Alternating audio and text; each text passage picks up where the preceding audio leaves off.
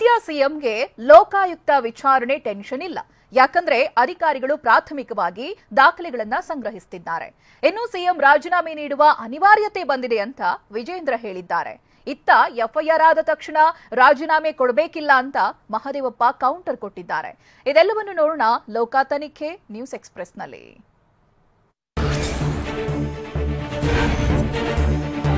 ಸದ್ಯಕ್ಕೆ ಸಿಎಂ ಸಿದ್ದರಾಮಯ್ಯಗೆ ಲೋಕಾಯುಕ್ತ ತನಿಖೆಯ ಟೆನ್ಷನ್ ಇಲ್ಲ. ಯಾಕಂದ್ರೆ ಮೊದಲ ಹಂತದಲ್ಲಿ ಲೋಕಾಯುಕ್ತ ಅಧಿಕಾರಿಗಳು ಕೇವಲ ದಾಖಲೆಗಳನ್ನ ಸಂಗ್ರಹಿಸಿದ್ದಾರೆ. ಮುಡಾ ಕಚೇರಿ, ತಹಶೀಲ್ದಾರ್ ಕಚೇರಿ, ಸಬ್ ರಿಜಿಸ್ಟ್ರಾರ್ ಕಚೇರಿ ಸೇರಿದಂತೆ ಹಲವೆಡೆಯಿಂದ ದಾಖಲೆಗಳನ್ನ ಕಲೆ ಹಾಕ್ತಿದ್ದಾರೆ. ದಾಖಲೆಗಳ ಸಂಗ್ರಹಣೆ ಬಳಿಕ ದೂರುದಾರ ಸ್ನೇಹಮಯಿ ಕೃಷ್ಣರಿಂದ ಮಾಹಿತಿ ಕಲೆ ಹಾಕಲಿದ್ದಾರೆ. ನಂತರ ಆರೋಪಿಗಳನ್ನ ವಿಚಾರಣೆ ಮಾಡಲಿದ್ದಾರೆ.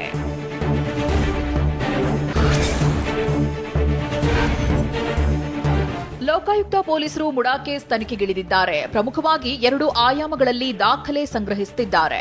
ಮೊದಲನೇ ಆಯಾಮದಲ್ಲಿ ಜಮೀನು ವಾರಸುದಾರರ ದಾಖಲೆ ಸಂಗ್ರಹಿಸಿದ್ದು, 2ನೇ ಆಯಾಮದಲ್ಲಿ ಸಿಎಂ ಪತ್ನಿ ಪಾರ್ವತಿ, ಮಲ್ಲಿಕಾರ್ಜುನ ಸ್ವಾಮಿಗೆ ಸಂಬಂಧಿಸಿದ ದಾಖಲೆಗಳನ್ನು ಸಂಗ್ರಹಿಸಲು ನಿರ್ಧರಿಸಿದ್ದಾರೆ. 1992ರಿಂದ ಸೈಟ್ ಹಂಚಿಕೆಯಾಗುವವರೆಗಿನ ಜಮೀನಿನ ದಾಖಲೆಗಳನ್ನು ಸಂಗ್ರಹಿಸಿ ಆರೋಪಿಗಳ ವಿಚಾರಣೆ ಆರಂಭಿಸಲಿದ್ದಾರೆ.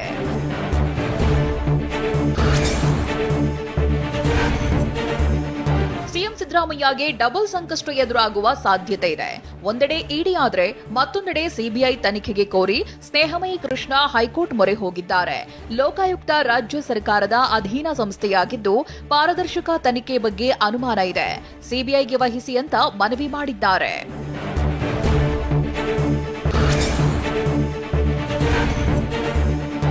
ಮುಡಾ ಪ್ರಕರಣದಲ್ಲಿ ಸಿಎಂ ವಿರುದ್ಧ ಎಫ್ಐಆರ್ ದಾಖಲು ಹಿನ್ನೆಲೆ ಮೈಸೂರು ಲೋಕಾಯುಕ್ತ ಎಸ್ಪಿ ಉದೇಶ್ ಅಲರ್ಟ್ ಆಗಿದ್ದಾರೆ. ಕೆಲ ದಾಖಲೆಗಳನ್ನು ಹಿಡಿದು ಮೈಸೂರಿನಿಂದ ಬೆಂಗಳೂರಿನ ಮುಖ್ಯ ಕಚೇರಿಗೆ ಆಗಮಿಸಿದ ಉದೇಶ್ ಮುಡಾ ಪ್ರಕರಣದ ತನಿಖೆಯನ್ನ ಹೇಗೆ ಮಾಡಬೇಕು, ಯಾವೆಲ್ಲ ಅಧಿಕಾರಿಗಳು ಸಿಬ್ಬಂದಿ ಇರಬೇಕು ಅನ್ನೋದ್ರ ಬಗ್ಗೆ ಲೋಕಾಯುಕ್ತ ಎಡಿಜಿಪಿ ಮನೀಶ್ ಕರ್ಭೀಕರ್ ಜೊತೆ ಚರ್ಚಿಸಿದ್ರು.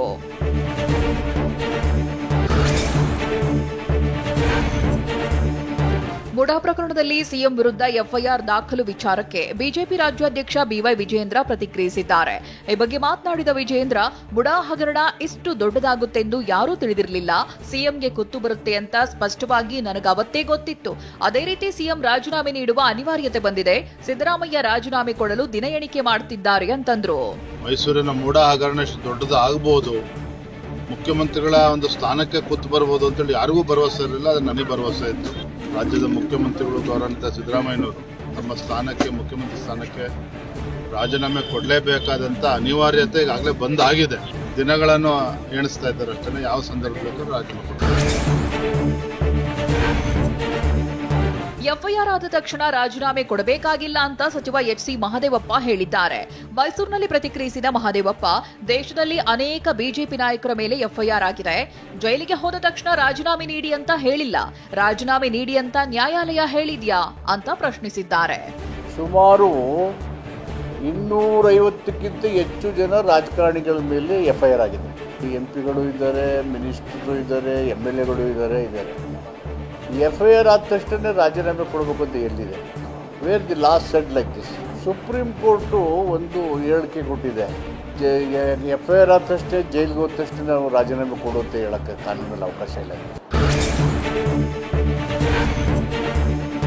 ಸ್ನೇಹಮಯಿ ಇಡಿಗೂ ಪತ್ರ ಬರೀತಾರೆ, ಸಿಬಿಐಗೂ ಬರೀತಾರೆ. ಅದೆಲ್ಲವನ್ನು ಕಾನೂನು ನೋಡಿಕೊಳ್ಳಲಿದೆ ಅಂತ ಡಾಕ್ಟರ್ ಪರಮೇಶ್ವರ್ ಹೇಳಿದ್ದಾರೆ.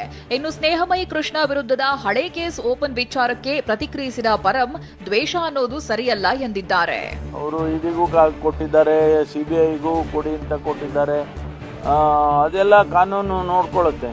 ಯಾರ್ಯಾರು ದ್ವೇಷ ಮಾಡ್ತಾರೆ ಗೊತ್ತಿಲ್ಲಪ್ಪ. ಈ ಇದರಲ್ಲಿ ದಿನ ಬೆಳಗಾದ್ರೆ ಬರೀ ಇದೇ ಆಗಿದೆ. ಅವ್ರು ಇವ್ರಿಗೇನೋ ಅಂದರು, ಅವರ ಇನ್ನೊಂದು ಯಾರೋ ಅಂದರು, ಇನ್ನು ಹಳೆ ಕತೆ ತೆಗೆದ್ರು. ಇದು ಇಷ್ಟರ ಮಟ್ಟಿಗೆ ಕಲುಷಿತವಾದರೆ ಕಷ್ಟ. ರಾಜಕೀಯ ಸಾರ್ವಜನಿಕ ಜೀವನ ಇಷ್ಟೊಂದು ಕಲುಷಿತ ಆದರೆ ಭಾಳ ಕಷ್ಟ. ರಾಜ್ಯದಲ್ಲಿ ರಾಜಕಾರಣ ಕೆಳಮಟ್ಟಕ್ಕೆ ಹೋಗಿದೆ ಅಂತ ಸಂಸದ ಬಸವರಾಜ ಬೊಮ್ಮಾಯಿ ಹೇಳಿದ್ದಾರೆ. ಹುಬ್ಬಳ್ಳಿಯಲ್ಲಿ ಪ್ರತಿಕ್ರಿಯಿಸಿದ ಸಂಸದ, ಮುಡಾ ಪ್ರಕರಣದಲ್ಲಿ ದೂರುದಾರ ಇಡಿ ಮೊರೆ ಹೋಗಿದ್ದಾರೆ, ಏನಾಗುತ್ತೆ ಅಂತ ಕಾದು ನೋಡೋಣ ಅಂತಂದ್ರು. ಈ ರಾಜ್ಯದಲ್ಲಿ ರಾಜಕಾರಣ ಎಷ್ಟು ತಳಮಟ್ಟಕ್ಕೆ ಹೋಗಿದೆ ಅಂತಂದರೆ, ವಿರೋಧ ಪಕ್ಷ ಹಣಿಯಲು ಈ ಥರ ತಳಮಟ್ಟದ ರಾಜಕಾರಣ ಹಿಂದೆಂದೂ ಆಗಿರಲಿಲ್ಲ. ತಮ್ಮ ಮೇಲೆ ಆರೋಪ ಬಂದರೆ ಕಪ್ಪು ಚುಕ್ಕೆ ಬಂದರೆ ಇಡೀ ಎಲ್ಲರಿಗೂ ಕೂಡ ಮಸಿ ಬೆಳೆಯುವಂಥ ಒಂದು ಪ್ರಯತ್ನ ಇದು ನಡೀತಾ ಇದೆ. ಇದು ಭಾಳ ದಿವಸ ನಡೆಯುತ್ತೆ. ನಾನು ಸಿದ್ದರಾಮಯ್ಯಗೆ ಎಂದೂ ದ್ರೋಹ ಮಾಡಿಲ್ಲ, ನನ್ನ ತೇಜೋವಧೆ ಮಾಡಬೇಡಿ ಅಂತ ಮೈಸೂರಿನಲ್ಲಿ ಮುಡಾ ಅಧ್ಯಕ್ಷ ಮರಿಗೌಡ ಹೇಳಿದ್ದಾರೆ. 50-50 ಅನುಪಾತ ಬಂದಿರೋದು 2020ರಲ್ಲಿ. ಆ ವೇಳೆ ಬಿಜೆಪಿಯವರೇ ಅಧಿಕಾರದಲ್ಲಿದ್ರು. ಪಾರ್ವತಮ್ಮಗೆ 2021ರಲ್ಲಿ ನಿವೇಶನ ನೀಡಿದ್ದಾರೆ. ನನಗೂ ಅದಕ್ಕೂ ಯಾವುದೇ ಸಂಬಂಧ ಇಲ್ಲ. ಪಾರ್ವತಮ್ಮಗೆ ನೀಡಿದ್ದು ಕಾನೂನಾತ್ಮಕವಾಗಿದೆ ಅಂತಂದ್ರು. ನಿಮ್ಮಿಂದ ಇದು ಆಗಿ ಸಿದ್ದರಾಮಯ್ಯ ಸಾಕು, ನೀವೇ ಇದಕ್ಕೆ ಕಾರಣ ಅಂತೇಳಿ ನಾನು ಹೇಳ್ತೀನಿ. ನನ್ನ ನಿರಂತರ ತೇಜೋವಧೆ ಮಾಡ್ತಕ್ಕಂಥದ್ದು, ನನಗೆ ಮಾನಸಿಕ ನೋವು ಕೊಡ್ತಕ್ಕಂಥದ್ದು ಮಾಡಿರ್ತಕ್ಕಂಥದ್ದು ನಾನು ಅತ್ಯಂತ ಖಂಡಿಸ್ತೀನಿ ಅನ್ನೋ ಮಾತನ್ನು ಕೂಡ ಹೇಳಿಕ್ಕೆ ಇಷ್ಟ. 2020ರಲ್ಲಿ 50-50 ಅನುಪಾತ ಬಿಜೆಪಿಯವರ ಸರ್ಕಾರದಲ್ಲಿ ಬಂದಂಥದ್ದು.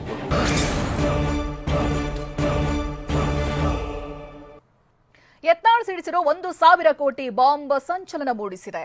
ನಾನು 1,000 ಕೋಟಿ ನೋಡಿಲ್ಲಪ್ಪ ಅಂತ ಪರಮೇಶ್ವರ್ ಹೇಳಿದ್ರೆ ಅಷ್ಟೊಂದು ಹಣ ನಮ್ ಬಳಿ ಇಲ್ಲ, ಡಿಕೆ ಬಳಿ ಇರಬಹುದು ಅಂತ ಆರ್ ಅಶೋಕ್ ತಿರುಗೇಟು ಕೊಟ್ಟಿದ್ದಾರೆ. ಇದೆಲ್ಲವನ್ನು ನೋಡೋಣ 1,000 ಕೋಟಿ ರಹಸ್ಯ ನ್ಯೂಸ್ ಎಕ್ಸ್‌ಪ್ರೆಸ್‌ನಲ್ಲಿ.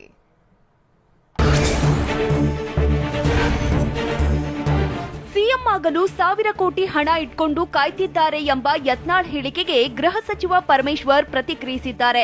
ಯಾರು ಇಟ್ಕೊಂಡಿದ್ದಾರೆ ಎಂದು ಯತ್ನಾಳ್ರನ್ನೇ ಕೇಳಬೇಕು. ನಾವು 1,000 ಕೋಟಿ ರೂಪಾಯಿ ನೋಡಿಲ್ಲಪ್ಪ. 1,000 ಕೋಟಿ ಹಣ ಇಟ್ಕೊಂಡಿದ್ದರೆ ತನಿಖೆ ಮಾಡಬೇಕು, ಮುಂದೆ ಸುಮೋಟೋ ಕೇಸ್ ಹಾಕಬೇಕಾಗುತ್ತೆ ಅಂತಂದ್ರು. ಸರ್ಕಾರ ಅಸ್ಥಿರ ಮಾಡೋದಕ್ಕೆ 1,000 ಕೋಟಿ ರೂಪಾಯಿ ಮೊಬಿಲೈಸ್ ಮಾಡೋದು ಯಾರು ಮಾಡಿದ್ದಾರೆ ಅಂತ ಗೊತ್ತಿಲ್ಲ. ಯತ್ನಾಳ್ನೇ ಕೇಳಬೇಕು, ಎಲ್ಲಿಟ್ಟವ್ರ ದುಡ್ಡ ಅಂತ. 1,000 ಕೋಟಿ ಎಲ್ಲಿಟ್ಟವ್ರೆ ಅಂತ ತನಿಖೆ ಆಗ್ಬೇಕಾಗುತ್ತೆ. ಸಿಎಂ ಆಗಲು 1,000 ಕೋಟಿ ಹಣ ಇಟ್ಕೊಂಡು ಕಾಯ್ತಿದ್ದಾರೆ ಎಂಬ ಯತ್ನಾಳ್ ಹೇಳಿಕೆಗೆ ಡಿಸಿಎಂ ಡಿಕೆ ಪ್ರತಿಕ್ರಿಯಿಸಿದ್ದಾರೆ. ಬೆಂಗಳೂರಲ್ಲಿ ಮಾತನಾಡಿದ ಅವರು, ಇದರ ಮಾಹಿತಿ ನಮಗೂ ಇದೆ. 1,200 ಕೋಟಿ ರೆಡಿಯಾಗಿದೆ ಅಂತ ಹೇಳಿಕೆ ಕೊಟ್ಟಿದ್ದಾರೆ. ಬಿಜೆಪಿ ಕಡೆಯಿಂದ ಈ ಹಣ ರೆಡಿಯಾಗಿದೆ ಎಂಬ ಮಾಹಿತಿ ಇದೆ. ಹೈಕಮಾಂಡ್ ನಾಯಕರಿಗೆ ಈ ಮಾಹಿತಿಯನ್ನ ತಿಳಿಸಿದ್ದೇನೆ. ಇದು ಇಡಿ ತನಿಖೆಯ ವ್ಯಾಪ್ತಿಗೆ ಬರುವ ವಿಚಾರವಾಗಿದೆ ಎಂದಿದ್ದಾರೆ.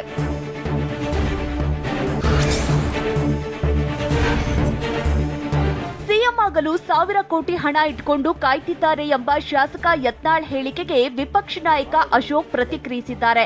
ನಮ್ಮ ಪಕ್ಷದಲ್ಲಿ ಆ ರೀತಿಯ ಸಿಸ್ಟಮ್ ಇಲ್ಲ. ಡಿಸಿಎಂ ಡಿಕೆ ಶಿವಕುಮಾರ್ಗೆ ಶಾಸಕ ಯತ್ನಾಳ್ ಹೇಳಿರಬಹುದು, ಹೀಗಾಗಿ ನಮಗೆ ಅದರ ಬಗ್ಗೆ ಗೊತ್ತಿಲ್ಲ. ಅಷ್ಟೊಂದು ಹಣ ನಮ್ಮ ಬಳಿ ಇಲ್ಲ, ಇದ್ದರೆ ಡಿಕೆ ಬಳಿ ಇರಬಹುದು ಅಂತ ವಾಗ್ದಾಳಿ ನಡೆಸಿದ್ರು. ಅವ್ರು ಯಾವಾಗ ಡಿಕೆ ಶಿವಕುಮಾರ್ ಅವ್ರ ಮೇಲೆ ಕೇಸ್ ಹಾಕಿ ಅಸೆಂಬ್ಲಿಯಲ್ಲೂ ಹೇಳಿದಾರಲ್ಲ, ನಾನು ನಿಮ್ಮ ಮೇಲೇನೆ ಹೇಳಿರೋದು, ಕಾಂಗ್ರೆಸ್ ಮೇಲೆ. ನಮ್ಮ ಪಾರ್ಟಿಯಲ್ಲಿ ಆ ಥರದ್ದು ಯಾವುದೇ ಸಿಸ್ಟಮ್ ಇಲ್ಲ. ಬಿಜೆಪಿಯಲ್ಲಿ ಸಿಎಂ ಆಗೋದಕ್ಕೆ 2,000 ಕೋಟಿ ಕೊಡಬೇಕು ಅಂತ ಎಚ್.ಸಿ. ಮಹದೇವಪ್ಪ ಹೇಳಿದ್ದಾರೆ. ಈ ಬಗ್ಗೆ ಪ್ರತಿಕ್ರಿಯಿಸಿದ ಅವರು, ಇದನ್ನೇ ಶಾಸಕ ಯತ್ನಾಳ್ ಹೇಳುತ್ತಿರೋದು ಹೊಸದ್ದೇನಲ್ಲ, ಮೊದಲಿನಿಂದಲೂ ಹೇಳುತ್ತಲೇ ಇದ್ದಾರೆ ಅಂತಂದ್ರು. ಅಲ್ಲಿ ಮುಖ್ಯಮಂತ್ರಿ ಆಗಕ್ಕೂ 2,000 ಕೋಟಿ ಕೊಡಬೇಕು ಮೊದಲೇ ಹೇಳಿದ್ರು. ಯತ್ನಾಳ್ ಅವರು ಹೊಸದೇನ, ಮೊದಲಿಂದ ಹೇಳ್ತಾನೆ ಇದ್ದಾರೆ. ಇಲ್ಲ, ಎಡಿಜಿಪಿ ಚಂದ್ರಶೇಖರ್ ವಿರುದ್ಧ ಸಿಎಸ್ಗೆ ದೂರು ನೀಡಿದ್ದೇವೆ ಅಂತ ಜೆಡಿಎಸ್ ಶಾಸಕಾಂಗ ಪಕ್ಷದ ನಾಯಕ ಸುರೇಶ್ ಬಾಬು ಹೇಳಿದ್ದಾರೆ. ಕುಮಾರಸ್ವಾಮಿ ವಿರುದ್ಧ ಕೆಟ್ಟ ಪದಗಳನ್ನ ಬಳಸಿರುವುದು ಎಷ್ಟು ಸರಿ? ಬೇರೆ ಬೇರೆ ಕೆಲಸಗಳಿಗೆ ಎಡಿಜಿಪಿ ಚಂದ್ರಶೇಖರ್ ಕುಮ್ಮಕ್ಕು ಕೊಟ್ಟಿದ್ರು. ಎಡಿಜಿಪಿ ಚಂದ್ರಶೇಖರ್ ವಿರುದ್ಧ ಹಲವು ಕೇಸ್ಗಳಿವೆ. ಎಡಿಜಿಪಿ ವಿರುದ್ಧ ಸಭಾಪತಿ, ರಾಜ್ಯಪಾಲರಿಗೂ ದೂರು ನೀಡುತ್ತೇವೆ ಅಂತಂದ್ರು.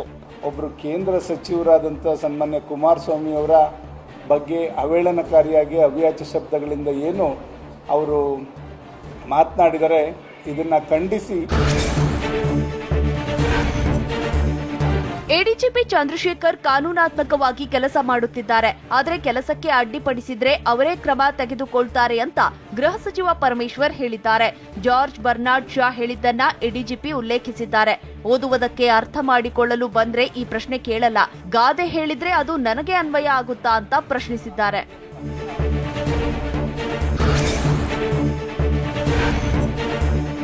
ನಿರ್ಮಲಾ ಸೀತಾರಾಮನ್ ಮತ್ತು ಇತರರ ವಿರುದ್ಧ ಎಫ್ಐಆರ್ ಪ್ರಕರಣಕ್ಕೆ ಸಂಬಂಧಿಸಿ ದಾಖಲಾಗಿದ್ದ ಎಫ್ಐಆರ್ ವಿರುದ್ಧ ನಳಿನ್ ಕುಮಾರ್ ಕಟೀಲು ಹೈಕೋರ್ಟ್ ಮೆಟ್ಟಿಲೇರಿದ್ರು.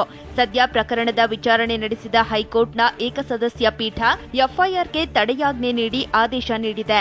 ಈ ಮೂಲಕ ಚುನಾವಣಾ ಬಾಂಡ್ ಪ್ರಕರಣದಲ್ಲಿ ನಿರ್ಮಲಾ ಸೀತಾರಾಮನ್ ಸೇರಿ ಎಲ್ಲ ಆರೋಪಿಗಳಿಗೆ ಬಿಗ್ ರಿಲೀಫ್ ಸಿಕ್ಕಂತಾಗಿದೆ.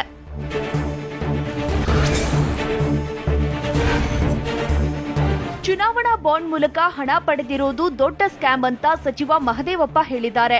ಮೈಸೂರಲ್ಲಿ ಪ್ರತಿಕ್ರಿಯಿಸಿದ ಸಚಿವ, ಐಟಿ ದಾಳಿಗೆ ಒಳಗಾಗಿದ್ದ ವ್ಯಕ್ತಿಗಳೇ 8,000 ಕೋಟಿ ನೀಡಿದ್ದಾರೆ. ಪ್ರಜಾಪ್ರಭುತ್ವ ವ್ಯವಸ್ಥೆ ಎತ್ತ ಕಡೆ ಸಾಗುತ್ತಿದೆ ಅಂತ ಬೇಸರ ಇದೆ. ನೈತಿಕತೆ ಇಟ್ಟುಕೊಂಡಿರುವ ವ್ಯಕ್ತಿಗಳು ಪ್ರಸ್ತುತ ರಾಜಕೀಯದಲ್ಲಿ ಇಲ್ಲ ಎಂದಿದ್ದಾರೆ.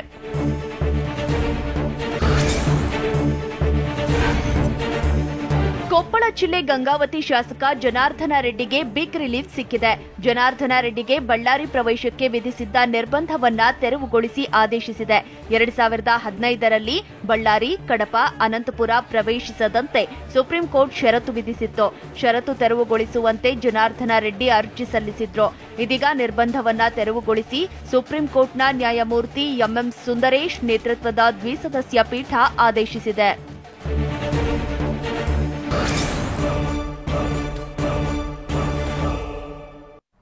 ಆನೇಕಲ್ನಲ್ಲಿ ನೆಲೆಸಿದ್ದ ಪಾಕ್ ಪ್ರಜೆಯನ್ನ ಪೊಲೀಸರು ಅರೆಸ್ಟ್ ಮಾಡಿದ್ದಾರೆ. ಇತ್ತ 10 ವರ್ಷದಿಂದ ಭಾರತದಲ್ಲೇ ನೆಲೆಸಿದ್ರು. ಈ ಬಗ್ಗೆ ಕೇಂದ್ರಕ್ಕೆ ಮಾಹಿತಿ ಇರಲಿಲ್ವಾ ಅಂತ ಪರಮೇಶ್ವರ್ ಪ್ರಶ್ನಿಸಿದ್ದಾರೆ. ಇದೆಲ್ಲವನ್ನು ನೋಡೋಣ ಪಾಕ್ ಪ್ರಜೆ ಬಂಧನ ನ್ಯೂಸ್ ಎಕ್ಸ್‌ಪ್ರೆಸ್‌ನಲ್ಲಿ.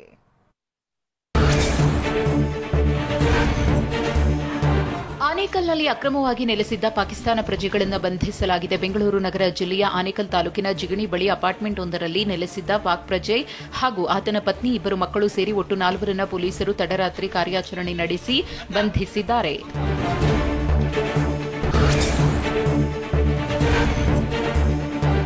ಕೆಲ ದಿನಗಳ ಹಿಂದಷ್ಟೇ ಉಲ್ಫಾ ಉಗ್ರನ ಬಂಧನವಾಗಿತ್ತು. ಈ ಬೆನ್ನಲ್ಲೇ ಜಿಗಣಿಯಲ್ಲಿ ಪಾಕಿಸ್ತಾನ ಮೂಲದ ವ್ಯಕ್ತಿಯ ಬಂಧನವಾಗಿರುವುದು ಆತಂಕವನ್ನ ಹೆಚ್ಚಿಸಿದೆ.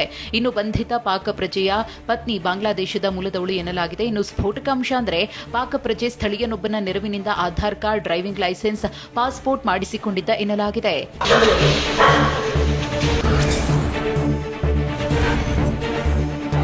ಸದ್ಯ ಬಂಧಿತನಾಗಿರುವ ಪಾಕ್ ಪ್ರಜೆ ಧರ್ಮದ ವಿಚಾರದಲ್ಲಿ ಪಾಕಿಸ್ತಾನದಲ್ಲುಂಟಾದ ಭಿನ್ನಾಭಿಪ್ರಾಯದಿಂದ ಬಾಂಗ್ಲಾದೇಶಕ್ಕೆ ಎಸ್ಕೇಪ್ ಆಗಿದ್ದಂತೆ. ಢಾಕಾದಲ್ಲಿ ಇದ್ದುಕೊಂಡು ಅಲ್ಲಿನ ಯುವತಿಯನ್ನ ವಿವಾಹವಾಗಿದ್ದ ಬಳಿಕ 2014ರಲ್ಲಿ ಪತ್ನಿ ಜೊತೆ ಅಕ್ರಮವಾಗಿ ದೆಹಲಿಗೆ ಬಂದಿದ್ದ.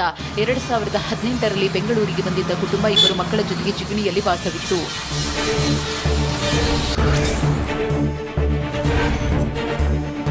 ಜಿಗಣಿಯಲ್ಲಿ ವಾಸವಿದ್ದ ಪಾಕಿಸ್ತಾನದ ಮೊಹಮ್ಮದ್ ಹನೀಫ್ ತನ್ನ ಹೆಸರನ್ನ ರಾಮ್ ಬಾಬಾ ಶರ್ಮಾ ಎಂದು, ತನ್ನ ಪತ್ನಿ ಆಯೇಷಾ ಅನಿಫ್ಲಾ ಹೆಸರನ್ನ ಆಶಾ ಶರ್ಮಾ ಎಂದು ಬದಲಾಯಿಸಿದ್ದ.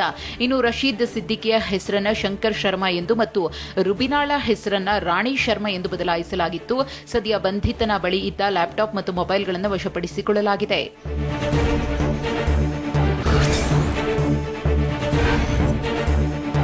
ಜಿಗಣಿಯಲ್ಲಿ ನೆಲೆಸಿದ್ದ ಪಾಕ್ ಪ್ರಜೆಯ ಬಂಧನ ಕುರಿತಂತೆ ಗೃಹ ಸಚಿವ ಡಾ ಜಿ ಪರಮೇಶ್ವರ್ ಪ್ರತಿಕ್ರಿಯೆ ಕೊಟ್ಟಿದ್ದಾರೆ. 10 ವರ್ಷದಿಂದ ಭಾರತದಲ್ಲಿದ್ದ ಎಂಬ ಮಾಹಿತಿ ಇದೆ. ಗಡಿ ಭದ್ರತೆಯ ಲೋಪದಿಂದ ಅಕ್ರಮ ವಲಸಿಗರು ಬರ್ತಿದ್ದಾರೆ ಎಂದರು. ನನಗೆ ಬಂದಿರೋ ಮಾಹಿತಿ ಪ್ರಕಾರ ಅವರು 10 ವರ್ಷದಿಂದ ಇಂಡಿಯಾ ದೇಶದಲ್ಲಿ ಇದ್ರು ಅಂತ, ಇಂಡಿಯಾನಲ್ಲಿದ್ದರು. ಅವರು ಬೆಂಗಳೂರಿಗೆ ಬಂದು 1 ವರ್ಷ ಆಗಿದೆ. ಅದರಿಂದ ನೋಡೋಣ, ಅದು ಇನ್ನು ಫರ್ದರ್ ಇನ್ವೆಸ್ಟಿಗೇಷನ್ ಆದಮೇಲೆ ಏನು ಇನ್ಫಾರ್ಮೇಶನ್ ಬರುತ್ತೆ ಅಂತ ನೋಡೋಣ.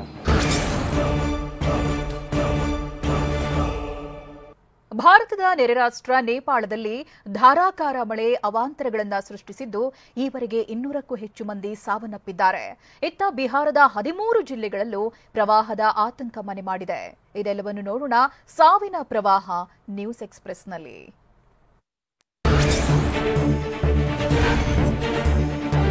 ನೆರೆಯ ನೇಪಾಳದಲ್ಲಿ ಮೊನ್ನೆಯಿಂದ ಧಾರಾಕಾರ ಮಳೆಯಾಗ್ತಾ ಇದೆ. ಪ್ರವಾಹ ಮತ್ತು ಭೂ ಕುಸಿತದಿಂದಾಗಿ ಸಾವಿನ ಸಂಖ್ಯೆ 200ಕ್ಕೆ ಏರಿಕೆಯಾಗಿದೆ.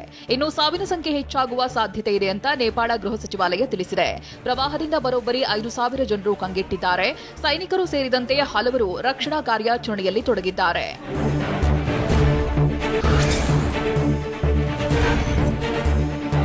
ನೇಪಾಳದ ರಾಜಧಾನಿ ಕಠ್ಮಂಡುವಿನಲ್ಲಿ ಜಲಸ್ಫೋಟವು ಮರಣ ಮೃದಂಗ ಬಾರಿಸುತ್ತಿದೆ. ವರುಣಾರ್ಭಟದಿಂದ ಕಠ್ಮಂಡುವಿನಲ್ಲಿ ಸುಮಾರು 40 ಮಂದಿ ಬಲಿಯಾಗಿದ್ದಾರೆ. ಇನ್ನು 31 ಜನ ನಾಪತ್ತೆಯಾಗಿದ್ದಾರೆ. ಇದರ ಮಧ್ಯೆ ಪ್ರವಾಹದಿಂದ ಕಠ್ಮಂಡುವಿನಲ್ಲಿ 3 ದಿನಗಳ ಕಾಲ ಶಾಲಾ ಕಾಲೇಜುಗಳಿಗೆ ರಜೆ ಘೋಷಿಸಲಾಗಿದೆ.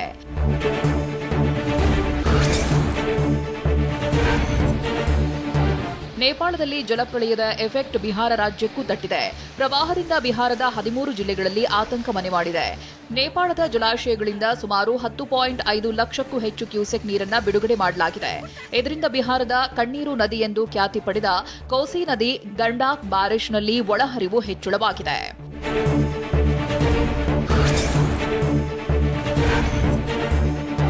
ಬಿಹಾರದ ಕಣ್ಣೀರು ನದಿ ಎಂದು ಖ್ಯಾತಿ ಪಡೆದ ಕೋಸಿ ನದಿ ಬೋರ್ಗರೆಯುತ್ತಿದೆ. ಇದರಿಂದ ಬಿಹಾರದಲ್ಲಿ ಜನಸಾಮಾನ್ಯರ ಬದುಕು ಬೀದಿಗೆ ಬಿದ್ದಿದೆ. ಕೋಸಿ ನದಿಯ ಆರ್ಭಟಕ್ಕೆ ಬಿಹಾರದ ಗಲ್ಲಿಗೂ ಪ್ರವಾಹದ ನೀರು ನುಗ್ಗಿದೆ. ಇದರಿಂದ ಮನೆಗಳು ದ್ವೀಪದಂತಾಗಿವೆ. ಸೂರಿಲ್ಲದೆ ಏನ್ ಮಾಡೋದು ಅಂತ ಜನ ಕಂಗಾಲಾಗಿದ್ದಾರೆ.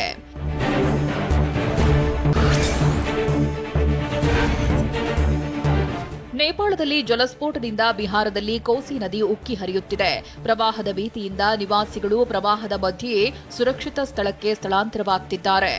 ತುಂಬಿ ಹರಿಯುತ್ತಿರುವ ಕೋಸಿ ನದಿಯಲ್ಲೇ ಜನರು ಈಜಿ ದಡ ಸೇರುತ್ತಿದ್ದಾರೆ. ಮಕ್ಕಳನ್ನ ತಬ್ಬಿಕೊಂಡು ಮಹಿಳೆಯರು ಪರದಾಡುತ್ತಿದ್ದಾರೆ.